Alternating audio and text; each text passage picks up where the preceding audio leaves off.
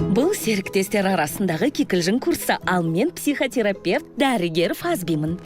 Грег, ол жайлы сөйлестік қой. Марлонның көңіл күйі қалай? Онша жақсы емес. Иә.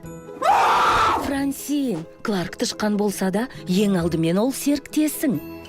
Бізге екі серіктес қосылды. Қарым-қатынастарыңыз қалай бұзылғанын айтып бересіздер ме? Енді ресми серіктес болғанымызға бір апта болды. Құтты болсын, достым. Және біз жақсы тіл табысамыз. Керемет деуге болады. Қаламызды да құтқарып үлгердік. Сондықтан мұнда отырғанымыз үлкен түсінбеушілік сияқты. Байқасаңдар, бірінші боп жауап берді. Серіктесіне ауыз аштырмады. Мазасыздығын басы үшін аяғын тарсылдатады екен. Ал оның мазасыздығының себебі эмоциялық тұрғыдан сенімсіз серіктесінің жасанды селқостығы. Жарайды, ал енді бір-бірімізбен амандасайық. Жарайды, өкінішке қарай, Карен Джоэлдың күлгенін агрессия танытты деп қабылдады. Тыныштал, Карен. Карен, тыныш! Біреуің су шашындаршы! Оян, түлкі!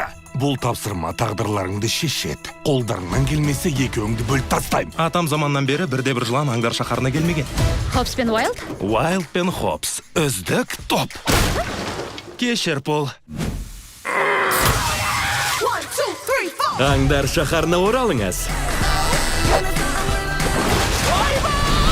Бұл оқиға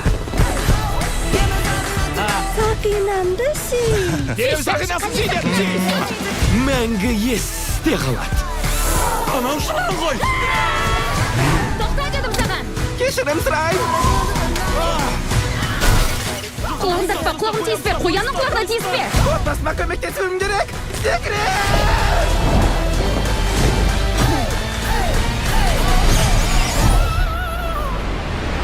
Аңдар шаһары 2.